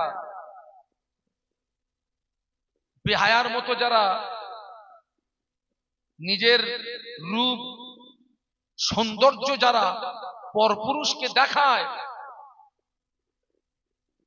এদের গার্জেন পক্ষ ওই চারটে রাখাল যদি করা হতো, এরা একটাও রাস্তা পর্যন্ত বাজার পর্যন্ত যেতে পারত? একটু কথা বলুন না। অতএব এরা দায়িত্ব পালন করেনি বলে ও অন্যায় করে যতটা অপরাধী, আর এরা দায়িত্ব না পালন করার কারণে এরাও সমান অপরাধের অপরাধী। অতএব মহিলার ঠিকানা হবে যেখানে, ওই চারটে পুরুষের ঠিকানা হবে সেখানে। তবে এখানে আর একটা প্রশ্ন আছে। মনে করুন ওই চারটে রাখালের ভিতরে দুটো রাখাল দায়িত্ব পালন করেছে, ওর আব্বা ওকে নিষেধ করেছে, মা আমাদের গ্রামে মাহফিল হবে মা, তুই যেন রাস্তায় বেহায়ার মতো বেপরদায় ঘোরাফেরা করবি না মা, তোর জন্য আলাদা প্যান্ডেল আছে, প্যান্ডেলে গিয়ে বসবি, আলেম ওলামাদের রস শুনবি। আব্বা দায়িত্ব পালন করেছে, বড় ভাই বোনকে বলেছে, বোন রে আজকের আমাদের গ্রামে মাহফিল হবে বোন, তুই যেন রাস্তায় বেহায়ার মতো ঘোরাফেরা করবি না, আলাদা প্যান্ডেলে গিয়ে বসবি, আলেমদের জবানের রস শুনবি। কিন্তু ওই মেয়েটা আব্বার কথা মানেনি, ভাইয়ের কথা মানেনি। কিয়ামতের ময়দানে আল্লাহ পাক ওই দুইজন রাখালকে নাজাত দিয়ে দেবে। বলুন না সুবহানাল্লাহ। কারণ ওরা দায়িত্ব পালন করেছিল, মহিলা বলুন বলুন মানেনি। আমরা কিন্তু আমরা কিন্তু অধিকাংশ মানুষকে ধরা পড়ে যায়। আজকে কি সর্বনাশটা হচ্ছে। আচ্ছা আপনারা বলুন তো ভাই, এই যে আমার ছেলেগুলো যে মাহফিল দিয়েছে, ওরা কি ভালো কাজ করেছে না অন্যায় কাজ করেছে? ভালো কাজ করে। আচ্ছা ওরা শুধু এখানে মাহফিল না দিয়ে আলেম ওলামা না এনে শুধু একটা নায়িকা আনবে, ওই স্টেজে উঠে শুধু একটু আপনার মাজা দলিয়ে শুধু একটু ড্যান্স মারবে, মাল সব এখানে হাজির হতো না, হতো না? হ্যাঁ, বাপরে বাপ, এসব প্যান্ডেল ফ্যান্ডেল চটপট কিছু লাগতো? ছিঁড়ে ফেল সব, তুলে ফেল সব।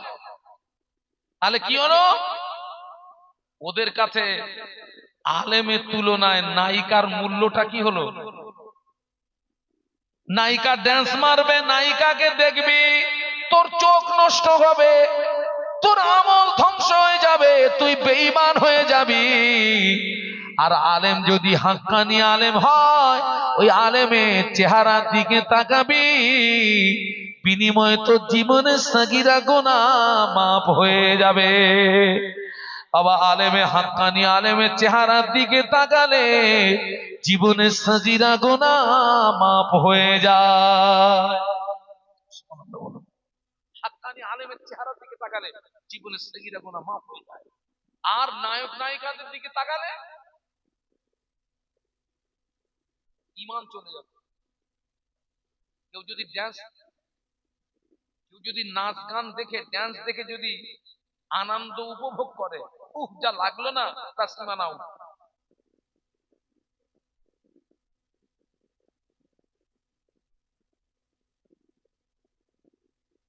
আল্লাহু আকবার। এই যে আমরা যে জায়গাটায় বসে আছি, হয়তো এটা পৃথিবীর জমিনে নিয়ম অনুযায়ী হয়তো জায়গাটা কারোর নামে, কিন্তু মূল জায়গার মালিক আল্লাহ।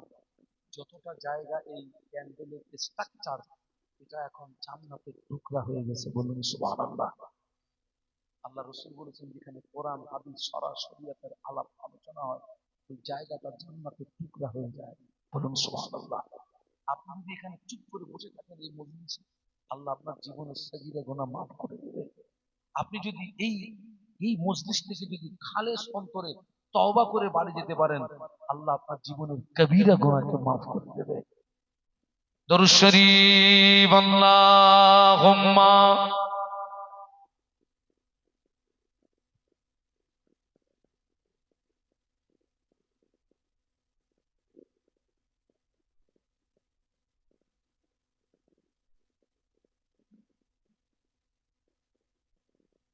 इन हवाओं से कह दो ना आए इधर, मुझको खुशबू की कोई जरूरत नहीं,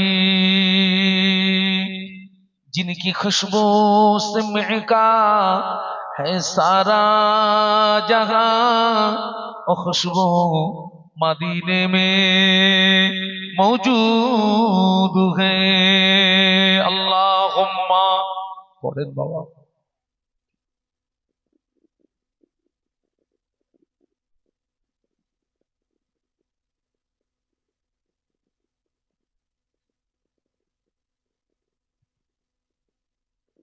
একটু কলেমার জিকির, লা ইলাহা ইল্লাল্লাহ, লা ইলাহা ইল্লাল্লাহ, লা ইলাহা ইল্লাল্লাহ, মুহাম্মাদুর রাসূলুল্লাহ।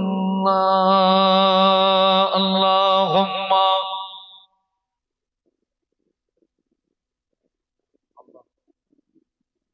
মুহাম্মদ সাল্লাল্লাহু আলাইহি ওয়াসাল্লাম।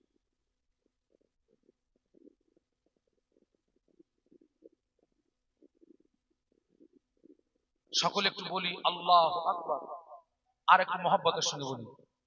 সেই জন্য বলছি, সব রোগের মূল ঔষধ হচ্ছে আল্লাহ, বলুন আল্লাহর ভয়। সব রোগের মূল ঔষধ আল্লাহর ভয়। আমি আমি অনেক আগে বলেছি, মানুষের দৃষ্টি আড়াল করে অনেক কিছু করা যায়, আল্লাহর দৃষ্টি আড়াল করে যে নারীর ভিতরে আল্লাহর ভয় থাকবে, যে নারীর ভিতরে কবরের ভয় থাকবে, হাসরের ভয় থাকবে, মিজানের ভয় থাকবে, সিরতের ভয় থাকবে, তার দ্বারাতে ওই রকম আপনার বেপর্দাপনা, বেহায়াপনা থাকবে বাবা না, কোনোদিন থাকতে পারে না। সে নারী হোক কিংবা পুরুষ হোক, থাকবে না, থাকবে না, থাকবে না। আচ্ছা, কবরের ভিতরে ভয় কি? আমরা সূরা ফাতিহার ভিতরে পড়ি আলহামদুলিল্লাহি রাব্বিল আলামিন, বলুন আল্লাহু আকবার। আলামিন হচ্ছে বহু বচন, আলম হচ্ছে এক বচন।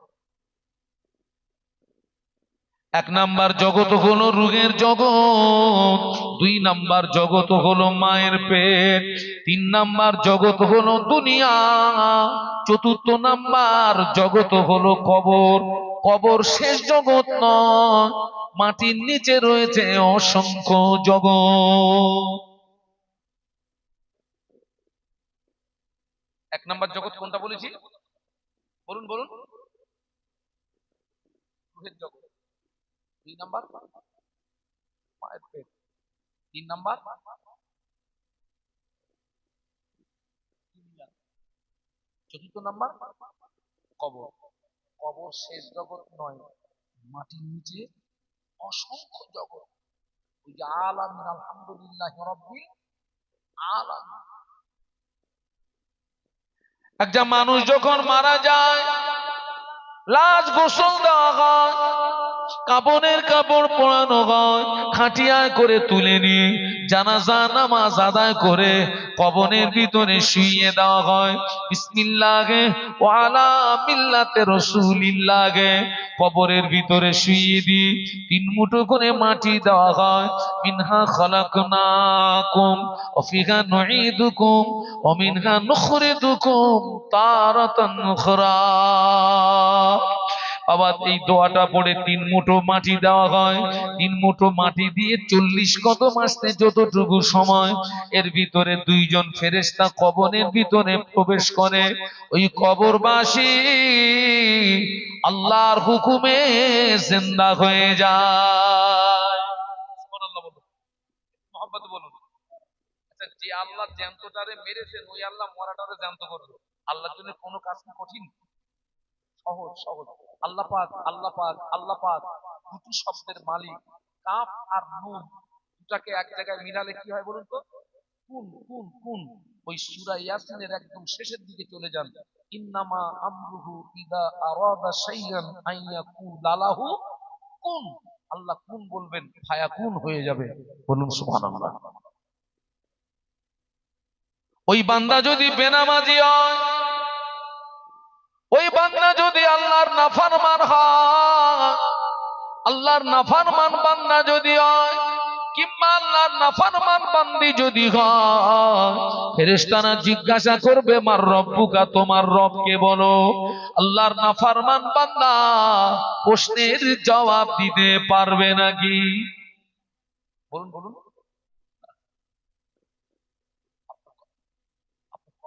প্রশ্ন হবে কটা? 3টি। মার রব্বুকা, ওমান নবিয়ুকা, ওমা দীনুকা।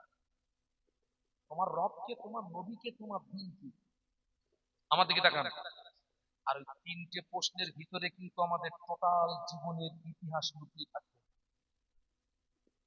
ওই 3টে প্রশ্নের ভিতরে আমার সারা জীবনের ইতিহাস। কোন ইতিহাস? আল্লাহ কোরআন শরীফের ভিতরে বললেন, ওমা খালাকতুল জিন্না ওয়াল ইনসা ইল্লা লিয়াবুদুন। বলুন আল্লাহু আকবার। আল্লাহ বললেন, আমি পৃথিবীর জমিনে জিন ইনসানকে পাঠিয়েছি উদ্দেশ্য তারা আমার ইবাদত করবে। কি করবে? তারা আমার ইবাদত করবে, তারা আমার উপাসনা করবে, তারা আমার নামে জপ জিকির করবে। এই আল্লাহর উদ্দেশ্য মাফিক যদি আপনার আমার জীবন নামক গাড়িটি অতিবাহিত হয়ে থাকে, তবে কবরে ওই 3টে প্রশ্ন আমাদের জন্য আসান হয়ে যাবে। আর আল্লাহ যে উদ্দেশ্যে আমাদের পৃথিবীর জমিনে পাঠিয়েছেন তার বিপরীত রুটে যদি আমার জীবন নামক গাড়িটি অতিবাহিত হয়, ওই 3টে প্রশ্ন আমাদের জন্য কঠিন হয়ে যাবে। আল্লাহর নাফরমান বান্দা যে হবে, ওই ব্যক্তি জবাব দেবে, হায়হাতা লা আদরি। এর বাংলা মানে হচ্ছে, হায় আফসোস, আমি কিছু জানি না। বলুন নাউযুবিল্লাহ। বলুন বলুন। আচ্ছা, ও যে বলছে আমি কিছু জানি না, সত্য বলছে না মিথ্যা বলছে? হ্যাঁ? আল্লাহ পাক সমস্ত রূহকে একত্রিত করে জিজ্ঞাসা করেছিলেন, আলাস্তু বিরব্বিকুম, আমি কি তোমাদের প্রভু নই? আমি কি তোমাদের প্রভু নই? আমরা সমস্ত রূহ সেদিন বলেছিল বালা বালা বালা। বালা মানে হ্যাঁ, নাম মানেও হ্যাঁ, আর বালা মানেও। আমরা বলছি হ্যাঁ হ্যাঁ হ্যাঁ, আপনি আমাদের প্রভু। ওখান থেকে দুনিয়ায় এসেছি, দুনিয়ায় এসে কি কামাই করেছি, কবরে গিয়ে বলছি লাদিরি লাদিরি। কপাল ফাটা। একা কি ফাটা? কপাল ফাটা। 2 নাম্বার প্রশ্ন হবে, ওমা দীনুকা, বান্দা তোমার দিন কি বলো। ওর জীবনটা তো দিনের উপরে প্রতিষ্ঠিত ছিল না, ওর জীবনটা তো দিনের বাইরে ছিল, জবাব দিতে পারবে না। ওই ব্যক্তি বলবে লা আদরি লা আদরি। আমরা সব কবরে যাবো তো নাকি? হ্যাঁ, এই কারা কারা মরবেন না একটু হাত তোলেন তো। হুজুর আমার মরণ নেই। নাফসিন যায়িকাতুল মাউত, প্রত্যেকটা প্রাণীকে মৌতের স্বাদ গ্রহণ করতে হবে। এই ছেলেরা আমার দিকে তাকাও, আল্লাহ পাকের পরের স্থান হচ্ছে বিশ্ব নবী মুহাম্মদুর রাসূলুল্লাহ। সেই বিশ্ব নবীর মতো ব্যক্তিকেও মৃত্যুর স্বাদ গ্রহণ করতে, আমাদেরকেও মৃত্যুর স্বাদ গ্রহণ করতে হবে।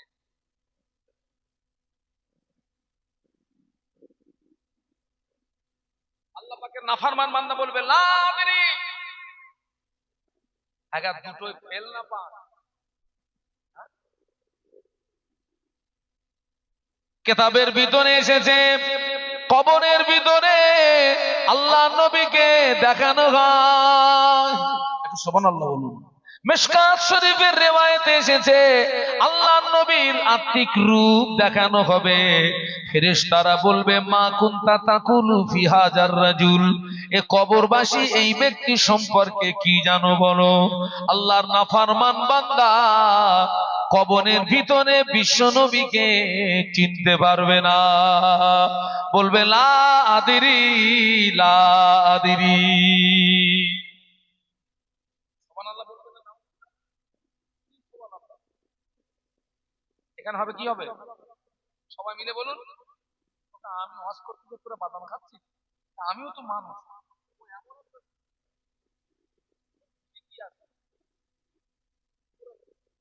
তাহলে কাজ কর, তোরাও আমার, আমিও খাই তোরাও খা, ওইরকম করে আমার সামনে বাদাম খাস। আমার খুব লোভ লাগবে। তিনটে প্রশ্নে ফেল না পাস, বলুন বলুন। ফেল না, জনমের মতন ফেল। কি ফেল? জনমের মতন ফেল। আল্লাহ পাক ঘোষণা দেবেন, ও আমার মালাইকারা, আমার বান্দা মিথ্যা বলেছে, আমার বান্দা ঝুট বলেছে, আমার বান্দার গায়ে জাহান্নামার পোশাক পরিয়ে দাও, আমার বান্দার কবরে জাহান্নামার বিছানা বিছিয়ে দাও, আর আমার বান্দার কবরের সঙ্গে আমার জাহান্নামার একটা রাস্তা বানিয়ে দাও। ও ছেলেরা মেয়েরা, ও ছেলেরা মেয়েরা, শুনে রেখে দে, আল্লাহর নাফরমান বান্দা জানা হবে ওদের গায়ে জাহান্নামার পোশাক পরিয়ে দেওয়া হবে, ওদের কবরে জাহান্নামার বিছানা বিছিয়ে দেওয়া হবে, ওদের কবরের সঙ্গে জাহান্নামার সঙ্গে একটা রাস্তা বানিয়ে দেওয়া হবে। কিয়ামত পর্যন্ত ওই ব্যক্তির কবরে আযাব আযাব আযাব। দুনিয়ার জীবন কথা বলেন, 50 বছর, 60 বছর, 70 বছর, 80 বছর। আবার তো কম বললে অনেকে রাগ হয়, হুজুরা তো কম বললে, তেমন আমি যদি বেশি বলি তুই কি? হ্যাঁ, আমি আমি আমি যদি বেশি বলি তুই বেশি বাঁধবি? আচ্ছা ঠিক আছে, নাই 150 হলে নে, তুই 150 ধর। 50 বছর, 60 বছর, 70 বছর, 80 বছরের জীবনযাপন আনন্দ ফুর্তি আনন্দ ফুর্তি আনন্দ ফুর্তি করতে গিয়ে অনন্তকালের আখেরাত কি? অন্ধকার, জুলুমা জুলুমা জুলুমা, অন্ধকার। ও মেয়েরা, ও মায়েরা, ও বোনেরা, কিসের আনন্দ ফুর্তি করছেন? একটুখানি বিগত জীবনের দিকে তাকিয়ে দেখেন। আপনার দাদা কবরে চলে গেছে, আপনার মা কবরে চলে গেছে, দাদু কবরে চলে গেছে, আত্মীয় স্বজন অনেকে কবরে চলে গেছে। আপনি একদিন কবরে ঢুকবেন না ঢুকবেন না?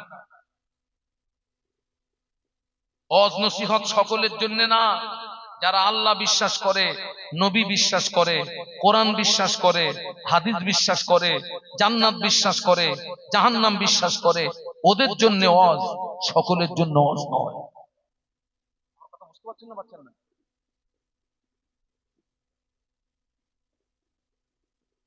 আপনারা দেখবেন আমাদের ঘরের আনাচে খানাচে দেখবেন এইরকম সাইজের হবে, ছেলেরা মেয়েরা ঘরে আনাচে খানাচে খেলা করে দেখবেন। গাছের আপনার রাস্তার ধুলি বালু নিয়ে ভাত রান্না করে, আর গাছের লতা পাতা ছিঁড়ে, বলুন বলুন, সবজি। আপনারা দেখেছেন, প্র্যাকটিক্যালটা দেখেছেন? তুমুল রান্না হচ্ছে, কয়েক কোটি লোক খাবে। ওদের ভিতরে কেউ আব্বা সাজে, কেউ মা সাজে, কেউ ছেলে সাজে, কেউ মেয়ে সাজে, কেউ কাটতেছে, কেউ নাড়তেছে, কেউ জাল ধরতে, কেউ বাঁচতেছে, কয়েক কোটি লোক খাবে। আসলে ওদের ভিতরে তো বাস্তবেই তো সেই আল্লাহর ভয়, আখিরাতের চিন্তা চেতনা, সেই সময় তো এখন ওদের আসেনি। ওরা সত্যি কিন্তু দুনিয়ার খেলায় মজবুত। ওরা সত্যি, ওরা আপনার কোন খেলায় মজবুত? দুনিয়ার খেলায়। রান্না হয়ে গেছে, কলার পাতা বিছিয়ে দিয়ে 3 চালের ভাত এক মুঠো করে মেরে দিচ্ছে, কি সে ধুলো। তারপরে সেই লতা পাতা ছেড়া সবজি একটু একটু করে দিয়েছে, খেতে যাবে। ওদের ভিতরে আবার রাগারাগি হয়, আমি খাবো না, তুই খা। আর বলে আমি যাবো না, তুই যা। ছোট্ট ছোট্ট বাচ্চা তো দুনিয়ার খেলায় মজবুত। ঠিক ওই সময় ওই ছেলেটার আসল পিতা পিছন দিক দিয়ে যদি একবার আওয়াজ দেয়, ও বাবা আব্দুস সালাম, আয় রে বাবা, তোর নানুজির বাড়ি যাব। নানুজির বাড়ির কথা বললে ছেলেটা সাথীদের বলে, ও আমার সঙ্গী সাথীরা, থাকলো তোদের ভাতের হাঁড়ি, চললাম আমি নানার বাড়ি। কে মুরব্বীরা নানা বাড়ির কথা বললো, ছেলে খেলবে না পালাবে? বলুন বলুন, এই থাকলো হাঁটলো। ওই মেয়েটার আসল মা পিছন দিক দিয়ে যদি একবার আওয়াজ দেয়, ও মা ফাতেমা, আয় রে মা, তোর নানুজির বাড়ি যাব। ওই সময় মেয়েটা সাথীদের বলে, ও আমার সঙ্গী সাথীরা, থাকলো তোদের সবজির হাঁড়ি, চললাম আমি নানার বাড়ি।